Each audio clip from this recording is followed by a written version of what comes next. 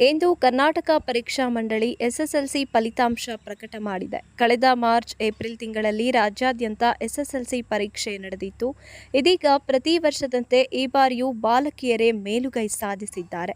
March 21ರಿಂದ April 4ರವರೆಗೆ ಕರ್ನಾಟಕದಾದ್ಯಂತ 2818 ಪರೀಕ್ಷಾ ಕೇಂದ್ರಗಳಲ್ಲಿ ಎಸ್ಎಸ್ಎಲ್ಸಿ ಪರೀಕ್ಷೆ ನಡೆಸಲಾಗಿತ್ತು.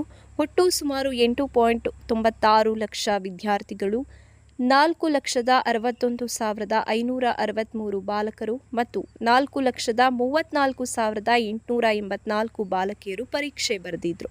ಸುಮಾರು 75,000ಕ್ಕೂ ಹೆಚ್ಚು ಮೌಲ್ಯಮಾಪಕರು 6 ವಿಷಯಗಳಿಗೆ ಸೇರಿದ 60 ಲಕ್ಷಕ್ಕೂ ಹೆಚ್ಚು ಉತ್ತರ ಪತ್ರಿಕೆಗಳ ಮೌಲ್ಯಮಾಪನ ಮಾಡಿದ್ದಾರೆ. ಈಗಾಗಲೇ ಮೌಲ್ಯಮಾಪನ ಕಾರ್ಯ ಮುಗಿಸಿರುವ ಕರ್ನಾಟಕ ಪರೀಕ್ಷಾ ಮಂಡಳಿ ಇಂದು ಫಲಿತಾಂಶ ಪ್ರಕಟ ಮಾಡಿದೆ. ಪ್ರತಿ ವರ್ಷದಂತೆ ಈ ಬಾರಿಯೂ ಬಾಲಕಿಯರೇ ಮೇಲುಗೈ ಸಾಧಿಸಿದ್ದು, 66.14% ಮಕ್ಕಳು ಉತ್ತೀರ್ಣರಾಗಿದ್ದಾರೆ. ಈ ಬಾರಿಯೂ ಹೆಣ್ಣು ಮಕ್ಕಳದ್ದೇ ಮೇಲುಗೈ.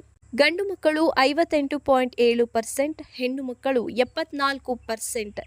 ಈ ಬಾರಿ ಪರೀಕ್ಷೆಗೆ ಹಾಜರಾದ ಒಟ್ಟು ವಿದ್ಯಾರ್ಥಿಗಳು 7,90,890. ಅದರಲ್ಲಿ 5,23,075 ಮಕ್ಕಳು ಈ ಬಾರಿ ಪರೀಕ್ಷೆಯನ್ನು ಪಾಸ್ ಮಾಡಿದ್ದಾರೆ.